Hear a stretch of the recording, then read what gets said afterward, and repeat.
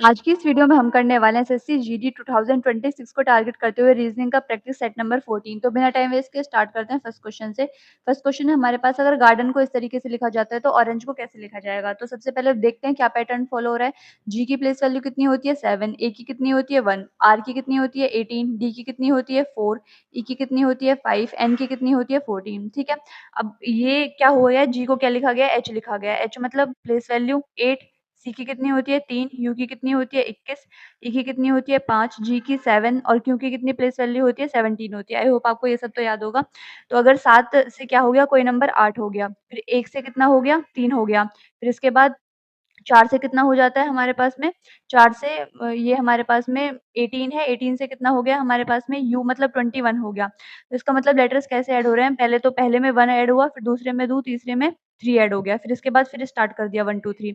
तो इस टाइप से हमें ऐड करना है। तो ऑरेंज, ऑरेंज की प्लेस वैल्यू कितनी होती है 15, 15 में मैं 1 ऐड करूँगी, कितना हो जाएगा 16, 16 मतलब पी। तो पहला लेटर पी होगा, 4 हो ही पी है। सेकंड वाला देखते हैं, सेकंड में कितना ऐड होना है, 2 ऐड होना है। आर की प्लेस वैल्यू 18, 18 में 2 ऐड करूँगी तो कितना आएगा 20, 20 मतलब टी। सेकंड लेटर टी आएगा, तो ये आंसर नहीं हो सकता। इन चारों में से कोई, इन तीनों में से कोई एक होगा। फिर देखते हैं, पहला लेटर आ गया पी, दूसरा कौन-सा आ गया, टी आ गया। फिर देखते हैं ए, ए में कितना ऐड होगा 3, ए की प्लेस वैल्यू होती है 1, 1 में 3 ऐड करूँगी तो कितना आएगा 4, 4 मतलब डी, तो पी, टी, डी। तो कौन-सा दिख रहा है, ये भी आंसर नहीं हो सकता, इन दोनों में से कोई आंसर होगा। नेक्स्ट वाला नंबर कौन-सा है, एन, एन मतलब 14, 14 में मुझे कितना ऐड करना है 1, 1 मतलब ऐड करूँगी तो 15 आएगा, 15 मतलब कितना, ओ आएगा, तो पी, टी, डी, ओ। तो आगे क्या चेक करना है, देखो यहाँ पर एन है, यहाँ पर ओ है, तो ओ आना चाहिए, तो ऑप्शन नंबर जो 4 है वो मेरा राइट आंसर होगा। आते हैं क्वेश्चन नंबर 2 में, 2 में कोडेड ब्लड रिलेशन का क्वेश्चन है। सबसे पहले क्या करेंगे, फैमिली ट्री बनाएँगे। तो देखते हैं सी माइनस डी का मतलब क्या है कि A is the daughter of B. इसका मतलब जो सी है वो फीमेल होगी, डॉटर है तो किसकी डॉटर है, डी की। ठीक है, डी का भी जेंडर नहीं पता चला कि वो मेल है या फिर फीमेल है। फिर इसके बाद है कि D divide B means, A divide B means A is the brother of B, यानी जो ये डी है ये ब्रदर होगा, किसका ब्रदर होगा, ई का ब्रदर होगा। ठीक है, फिर ई मल्टीप्लाई एफ का मतलब क्या है, A is the son of B, यानी जो ई है ना वो सन है, तो मेल हो गया, किसका बेटा है, एफ का।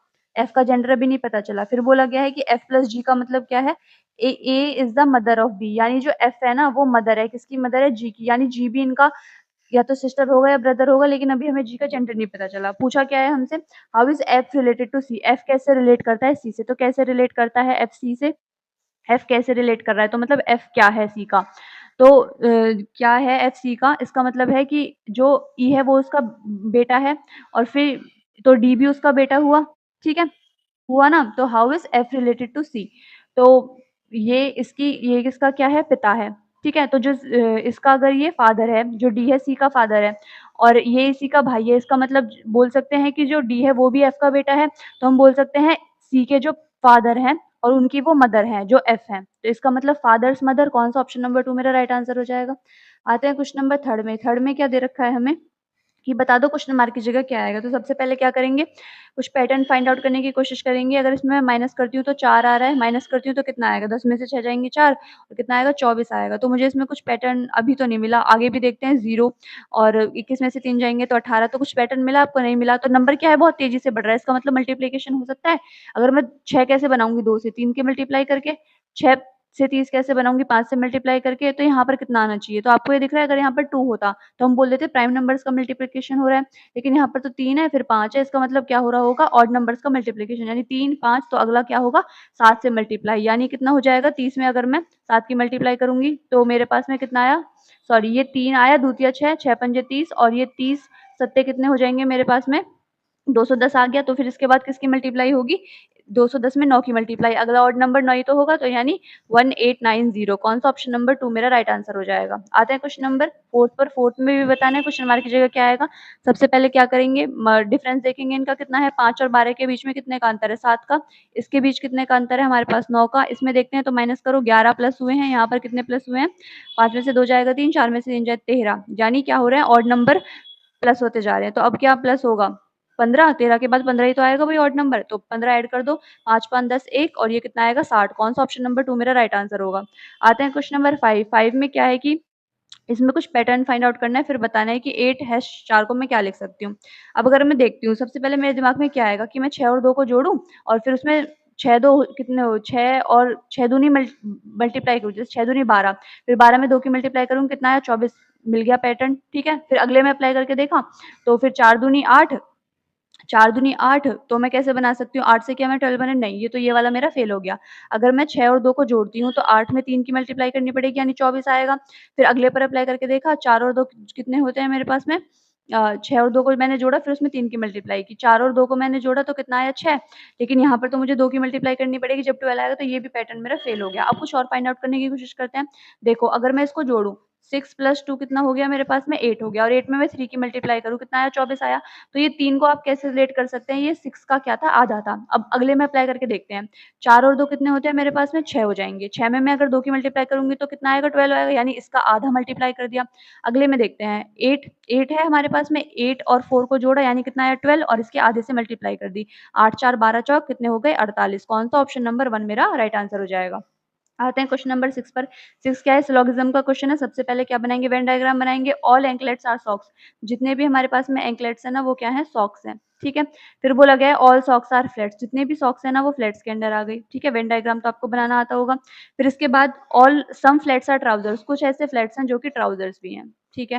कंक्लूजन पढ़ते हैं ऑल एंकलेट्स आर फ्लैट जितने भी हमारे पास में एंकलेट्स है ना वो फ्लैट्स हैं। हाँ, देखो सारे एंकलेट्स का जो पार्ट है वो फ्लैट्स के अंदर ही तो आ रहा है तो ये कंक्लूजन फॉलो करेगा। सेकंड पढ़ते हैं सम ट्राउजर्स आर एंकलेट्स कुछ ऐसे ट्राउजर्स है ना हमारे पास जो कि हमारे पास अब ये जो ट्राउजर का इतना वाला पार्ट है ये एंकलेट से कोई रिलेशन रखता है या नहीं रखता क्या हमें पता है नहीं पता तो हम कैसे कह सकते हैं कि है या नहीं है। तो ये वाला हमारा कंक्लूजन गलत हो जाएगा। तो कौन सा आंसर होगा ओनली कंक्लूजन फर्स्ट फॉलोज। आते हैं क्वेश्चन नंबर 7 में क्या है कि क्वेश्चन मार्क कीजिएगा क्या आएगा वो बता दो। देखो जब भी हमें इस टाइप का क्वेश्चन दिया हो ना मैट्रिक्स टाइप में तो सबसे पहले या तो हम ऐसे चेक करेंगे मतलब ऐसे ऐसे ऐसे ठीक है या फिर ऐसे चेक कर सकते हैं रो वाइज या तो कॉलम वाइज। सबसे पहले हमने रो वाइज इनको ऐड किया से 8 8 और 9 17 17 और 5 कितने होते हैं हमारे पास में 22 तो हमें तुरंत पैटर्न मिल गया। कई बार होता है कि हमें तुरंत पैटर्न नहीं मिलता तो जब हम कॉलम वाइज भी देख सकते हैं तो 22 दूनी कितने होते हैं 44। आगे देखते हैं फॉलो करता है कि नहीं 5 5 और ये तो हमें पता ही लगाना है। थर्ड वाले में देखते हैं थर्ड वाली रो में 12 12 और 7 कितने होते हैं 19 19 और 3 कितने होते हैं 22 22 में फिर 2 की मल्टीप्लाई की कितना आ गया मेरे पास में 44। तो ये पैटर्न फॉलो कर रहा है यानी मैं मान लेती हूँ ये क्वेश्चन मार्क की जगह एक्स आना है तो 5 प्लस एक्स प्लस 6 में अगर मैं 2 की मल्टीप्लाई कर दी हूँ तो मेरे पास कितना आएगा 42 आएगा, ठीक है। 5 6 11 plus x is equal to कितना हो जाएगा 2 से मैं इसको काट दूं तो कितना बार आएगा 21 बार। तो x इज इक्वल टू 21 में से 11 माइनस कर दो कितना आएगा 10। कौन सा ऑप्शन नंबर 1 मेरा राइट आंसर होगा। आते हैं क्वेश्चन नंबर कौन से पर क्वेश्चन नंबर 8 पर। Pooja is the daughter of Rohan जो पूजा है ना वो डॉटर है रोहन की। पूजा डॉटर है किसकी रोहन की। रोहन का जेंडर नहीं पता लगा नाम से लग रहा है कि वो मेल है पर ब्लड रिलेशन में हम नहीं लिखते जब तक हमें जेंडर पूरा नहीं पता हो। रोहन सिस्टर इज सिया रोहन की जो सिस्टर है ना वो कौन है सिया है, ठीक है। फिर इसके बाद हमारे पास Sia's husband is Amit. Husband wife के रिलेशन को हम ऐसे दिखाते हैं सियाज हस्बैंड इज अमित। तो अगर सिया हमारी फीमेल है तो इसका मतलब वो क्या होगा अमित। डेफिनेट सी बात है कि जो अमित होगा वो मेल होगा। अमित डॉटर इज मीरा अमित की डॉटर जो है वो मीरा है तो हम कह सकती हूँ कि जो अमित की डॉटर मीरा है उसकी मीरा की जो मदर है वो क्या है सिया है, ठीक है। How is Pooja related to Meera Pooja कैसे रिलेट करती है मीरा से तो कैसे रिलेट करेगी कजिन ही तो है क्योंकि सिस्टर तो उसको बोलते हैं जो मतलब सिबलिंग्स होते हैं हमारे जब सगी बहन होती तब बोलते हैं ना कजिन बोलेंगे इसको। ऑप्शन नंबर जो थर्ड होगा वो हमारा राइट आंसर होगा। आते हैं क्वेश्चन नंबर कौन से पर 9 पर। अ bag contains 44 yellow 6 blacks 10 whites balls and probability of drawing a ball that is not black यानी जो वो बॉल है वो ब्लैक ना हो उसकी प्रोबेबिलिटी क्या है। तो प्रोबेबिलिटी का हमारे पास में क्या फॉर्मूला होता है फेवरेबल आउटकम्स जो भी फेवरेबल आउटकम्स और जो फेवरेबल आउटकम्स और अपॉन में क्या आता है हमारे पास में टोटल पॉसिबल आउटकम कितने हो सकते हैं, ठीक है। टोटल पॉसिबल आउटकम्स, ठीक है। तो यहाँ पर फेवरेबल कितने हैं जो वो बॉल निकालेंगे वो ब्लैक नहीं होनी चाहिए। अब जो हमारे पास बैग है उसमें 4 तो येलो हैं 6 ब्लैक हैं और 10 क्या है व्हाइट है, ठीक है। तो ब्लैक नहीं होनी चाहिए। अगर ब्लैक नहीं होगी तो क्या होगी या तो व्हाइट होगी या तो येलो होगी यानी कितनी प्रोबेबिलिटी हुई उसकी 10 या फिर 4। उन 14 बॉलों में से कोई बॉल एक मेरे पास निकल के आएगी। टोटल कितनी है टोटल बॉल्स कितनी है 6 और 4 10 10 और 10 20 हो जाएंगे। तो बस ये आ गया आपका आंसर 2 सत्ते 14 2 से जाएगा 10 बार 10 से डिवाइड करेंगे 0.7। कौन सा ऑप्शन नंबर 2 मेरा राइट आंसर हो जाएगा। आते हैं क्वेश्चन नंबर 11 इसमें ट्रायंगल्स हमें काउंट करने हैं। तो सबसे पहले देखो जैसे मेरे पास में ये होता है ट्रायंगल तो इसमें कितने होते हैं 3 होते हैं। जैसे एक वाला एक तो ये वाला हो गया मेरा एक वाला ये वाला ट्रायंगल एक ये वाला ट्रायंगल और एक ये पूरा बड़ा वाला हो गया। तो मैं बोल सकती हूँ 3 ट्रायंगल तो ये वाले हो गए ना जैसे ये और ये, ठीक है। और 3 ट्रायंगल मेरे पास में ऐसे हो गए, ठीक है। 3 ट्रायंगल ये हो गए तो 3 + 3 6 ट्रायंगल तो मेरे पास यहाँ हो गए प्लस प्लस अब इंडिविजुअल अगर मैं काउंट करूँ एक ये वाला, ठीक है, और एक ये वाला। कितने ट्रायंगल्स हो गए मेरे पास में 2 ट्रायंगल्स और आ गए। 3 3 6 2 8 और अभी और ट्रायंगल अगर हम काउंट करने की कोशिश करें एक ट्रायंगल मेरे पास में ये हो गया, ठीक है, और एक ये मेरे पास में कौन-सा हो गया? बड़ा वाला हो गया ना? देखो, एक ये वाला ट्रायंगल, ये भी तो है एक, और एक ये वाला भी जो ट्रायंगल है ये भी तो बन रहा है ये वाला। तो कितने हो गए मेरे पास में 2 ट्रायंगल और अगर मैं ध्यान से देखूँ तो एक ट्रायंगल और मेरे पास में बन रहा है ये बड़ा वाला जो है। ये जो बड़ा वाला अगर आपको दिख रहा हो, ये बड़ा वाला ट्रायंगल +1 यानी कितने हो गए? काउंट करो इनको 3, 3, 6, 2, 8, 2, 10 और 1 11, 11 ट्रायंगल। कौन-सा ऑप्शन नंबर? ये जो 2 है मेरा राइट आंसर होगा। आते हैं क्वेश्चन नंबर 11, 11 में क्या है बता दो? क्वेश्चन मार्क की जगह क्या आएगा? तो सबसे पहले कुछ पैटर्न फाइंड आउट करना पड़ेगा। 7 से मैं 28 कैसे बना सकती हूँ? सबको ही पता होगा 7 में 4 की मल्टीप्लाई करूँगी तो ही मैं 28 बना सकती हूँ। तो इसमें क्या हो रहा होगा कि मेरे पास 7 की मल्टीप्लाई 4 से हो जाए। देखने की कोशिश करते हैं। तो अगर ऐसा मैं सोचूँ कि 3 में 1 प्लस करके और फिर तब मल्टीप्लाई कर दी तो 7 चौक 28 ठीक है? तो अभी हम दूसरे में अप्लाई करके देखा इस चीज़ को 5 है, इसमें 1 प्लस किया यानी कितना 2, 5 में 2 की मल्टीप्लाई करी तो पर 10 आ गया ये तो नहीं हो रहा। कुछ और देखते हैं, 7 में 4 कैसे बनाया जा सकता है? 7 में से 3 मैंने माइनस किया कितना आया 4, 4 की मल्टीप्लाई कर दी 28 तो अभी तो मिला है कुछ दूसरे पर और अप्लाई करके देखते हैं 5 है 5 में से अगर मैंने 1 घटा दिया कितना आया 4 आया इनका डिफरेंस और 4 से मल्टीप्लाई कर दी तो कितना आ गया 20 यानी ये अप्लाई हो गया। अब इसमें देखते हैं इसको लगाकर 8 है और 8 में से 3 जाएँगे 5 इनका डिफरेंस आ गया मल्टीप्लाई कर दो 8 पंजे 40 कौन-सा ऑप्शन नंबर 2 मेरा राइट आंसर हो जाएगा। आते हैं क्वेश्चन नंबर 12 में क्या है बता दो कौन-सा इसको कंप्लीट करेगा। तो देखो सबसे पहले ये इधर साइड जो है इसकी मिरर इमेज ही तो है, तो बस हमें इसकी मिरर इमेज ही बनानी है। तो ये अगर नीचे है, तो इधर साइड भी तो ये नीचे ही होगा, तभी तो फ़ॉलो करेगा। तो ये वाला आंसर नहीं हो सकता हमारा और ये तो हो ही नहीं सकता। आप देख सकते हैं ये तो बिल्कुल मैच नहीं करेगा। या तो ये आंसर होगा या तो ये आंसर होगा। अगर हम इस सर्कल को देखते हैं, क्या ये बिल्कुल नीचे है? क्या इसमें ये बिल्कुल नीचे है? तो मिरर इमेज में कैसे बिल्कुल नीचे चला जाएगा? नहीं चला जाएगा ना। तो जहाँ पर ये दे रखा है ऊपर की साइड, तो ये ऊपर की साइड ही होगा, तो ऑप्शन नंबर लास्ट वाला मेरा राइट आंसर हो जाएगा। आते हैं क्वेश्चन नंबर 13, 13 में क्या है? क्वेश्चन मार्क की जगह बता दो क्या आएगा? 3 है 5 है, 7 है और ये क्या हो सकता है? सबसे पहले हमारे दिमाग में क्या आएगा? देखो पहले सेकंड वाला नंबर देखते हैं, 5 से 10 हुआ, 10 से 15 हुआ, तो मुझे पक्का पता है कि अगला नंबर क्या होगा 20 तो ये वाला हमें पता लगाना है, ये तो 20 ही आएगा। ठीक है, देखते हैं 3 में 2 प्लस किया 5, 5 में 2 प्लस किया 7, 7 में 2 प्लस किया 9 आएगा। क्या 9 आ सकता है? अगर यहाँ पर देखो मान लिया मैंने 1 सेकंड के लिए कि यहाँ पर 9 आया, फिर 9 में प्लस करूँगी तो यहाँ पर क्या होना चाहिए था? 11 होना चाहिए था, लेकिन यहाँ पर तो कितना है भाई 13 है। तो क्या हो सकता है? इसका मतलब ये ऑड नंबर्स का पैटर्न नहीं बन रहा, क्या किसका पैटर्न बन रहा है? प्राइम नंबर्स का, यानी 3, 5, 7 तो 9 तो हमारा प्राइम नंबर नहीं है, कौन सा है? 11 फिर 11 के बाद 13 तो कौन सा आएगा यहाँ पर? 11 आएगा, तो कौन सा ऑप्शन नंबर 2 मेरा राइट आंसर हो जाएगा। आते हैं क्वेश्चन नंबर 14 इसमें क्या करना है डिक्शनरी के अकॉर्डिंग वर्ड्स को लगाना है। तो सबसे पहले देखा हमने ये एनिवर्सरी तो ये ए डबल एन तो ए एन तो टी तो मेरा 20 होता है तो इन तीनों को तो हटा ही दो। इन दोनों में से देखना है हमें कौन सा पहले आएगा। ये ए डबल एन तो सेम है, फिर आई है ओ है। आई और ओ में से कौन पहले आएगा? आई की प्लेस वैल्यू होती है 9, ओ की कितनी होती है 15 तो पहले कौन आएगा 1 और 2 तो ये तो हम हटा सकते हैं। इन दोनों में से वो एक हमारा आंसर होगा। अगला देखो कौन सा आएगा। इनमें से देखो पहले कौन सा आएगा ए एन टी तक तो सब सेम है। फिर इसके बाद देखो एच आ गया तो एच वाले को हटा दो। अब 3-5 में कंपटीशन हो गया तो A N T I B आया सी आया तो पहले तो बी आता है ना, बी की प्लेस वैल्यू 2 है तो 3 आएगा तो 1 2 3 तो 1 2 3 कौन सा ऑप्शन नंबर ये फर्स्ट वाला मेरा राइट आंसर हो जाएगा। 1 2 3 4 5 ये आपका ऑर्डर होगा। आते हैं क्वेश्चन नंबर 15 पर। 15 में क्या है बता दो कौन सा जो वेन डायग्राम है वो हमारा इनको रिप्रेजेंट करेगा, कारपेंटर मेल या फीमेल। तो देखो सबसे पहले तो मैंने ये वाला देखा। अगर मैं इस वाले को देखूँ तो क्या मेरा ये फ़ॉलो कर सकता है कि जैसे मैं अगर बनाने की कोशिश भी करूँ तो जैसे मैंने मेल मान लिया, ये मैंने मान लिया फीमेल और ये मान लिया कारपेंटर। क्या सब के सब जो मेल फीमेल है वो कारपेंटर के अंदर आ जाएँगे? क्या सब मेल कारपेंटर होते हैं? क्या सब फीमेल कारपेंटर होती है? नहीं होती ना, तो ये वाला फ़ॉलो नहीं करेगा। क्या इन तीनों में कोई रिलेशन नहीं होगा? भई होगा तो रिलेशन ज़रूर, या तो कोई मेल होगा या तो कोई फीमेल होगा। अब कारपेंटर कोई वो तो है नहीं कि कोई निर्जीव वस्तु है, तो मतलब कुछ ना कुछ तो इन तीनों में कॉमन होगा, तो ये भी आंसर नहीं हो सकता। इस वाले को देखती हूँ, ये देखो ये वाला है, तो इसमें ये मेल है, ये फीमेल है और ये मेरे पास में क्या है कारपेंटर है, ठीक है? तो अगर मैं कौन-सा वाला देखूँ जैसे मेल, फीमेल, कारपेंटर, तो क्या इन तीनों में सब कुछ कॉमन आ सकता है?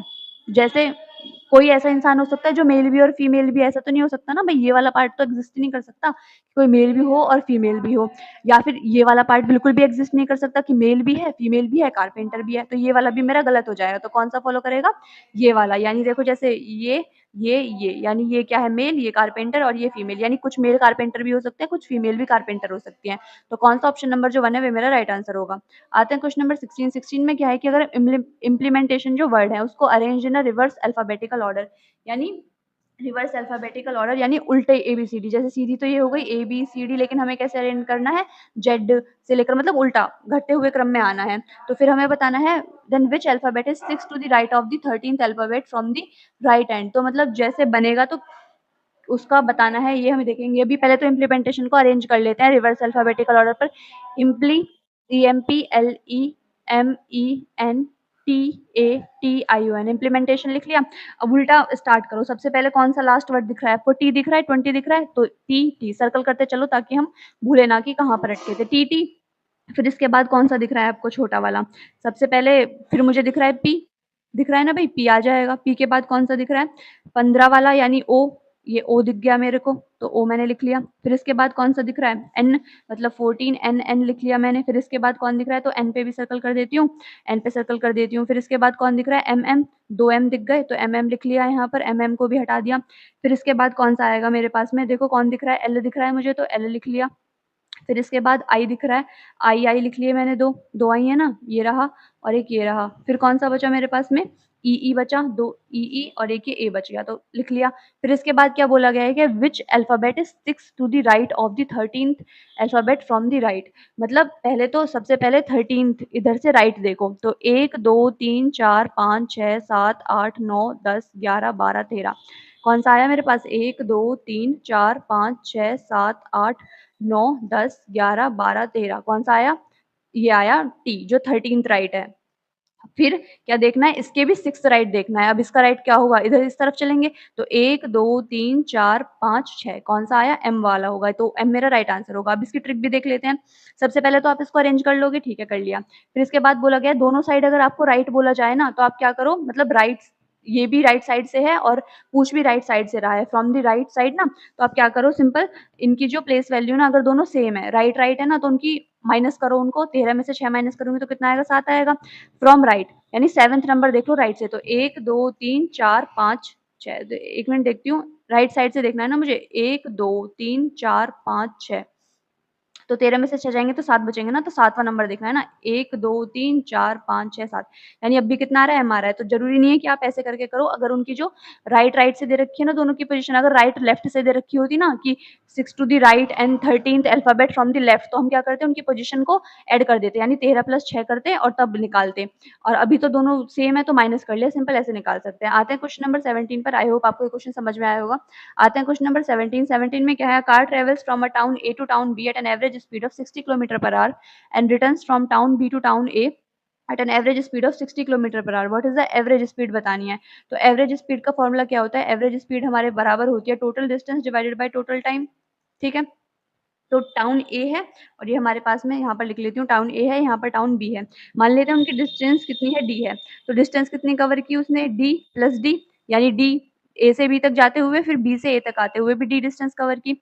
अब जो हमारे पास में पता है हमें, जो हमारा स्पीड होता है वो डिस्टेंस अपॉन में टाइम के इक्वल होता है, टी इज इक्वल टू कितने होता है, डिस्टेंस अपॉन में स्पीड के। तो नीचे तो मुझे टाइम चाहिए, तो टाइम में लिखूंगी डी डिस्टेंस उसने जाते वक्त ए से बी किस स्पीड से कवर किया, 60 से, प्लस आते वक्त डी डिस्टेंस कितने स्पीड से कवर की है, 40 से, तो ये उनका टाइम हो गया। तो ऊपर कितना आ जाएगा 2d, नीचे कितना आ जाएगा, इनका एलसीएम लिया मैंने 240, ये आएगा मेरे पास में 4d, ये कितना आएगा मेरे पास में 6d, तो मेरे पास हो जाएगा 2d इंटू ये ऊपर चला जाएगा भी 240, तो 240 6 4 10 डी, डी से डी कैंसिल, 0 से 0 कैंसिल, 24 दूनी 48, कौन सा, ऑप्शन नंबर 2 मेरा राइट आंसर हो जाएगा। आते हैं क्वेश्चन नंबर 18, मिरर इमेज बतानी है कौन सी होगी। तो देखो वी की मिरर इमेज कौन सी होगी हमारे पास में, तो वी की तो सही है, सबसे पहले थ्री, थ्री थ्री तो सही है, टू को देखते हैं, टू भी सही है हमारे पास में, ये भी सही है, ये तो सेम ही है, जो सेम वाले सेम सेम दिख रहे हैं तो फिर क्यों चेक करना है। ये ई ऐसा है, ये ई ऐसा है, ये ई सीधा हो गया, क्या ई हमारे पास में सीधा होगा, नहीं होगा, हमें तो कुछ ई ऐसा दिखाई देगा जब मिरर इमेज बनेगी, तो ये वाला तो आंसर हो ही नहीं सकता, ये भी नहीं हो सकता। अब इन दोनों में देखते हैं। अब डी जो है, डी क्या जैसे पहला था मिरर इमेज में ऐसा ही दिखाई देगा, नहीं दिखाई देगा, उल्टा दिखाई देगा, तो ऑप्शन नंबर जो फर्स्ट होगा वो मेरा राइट आंसर होगा।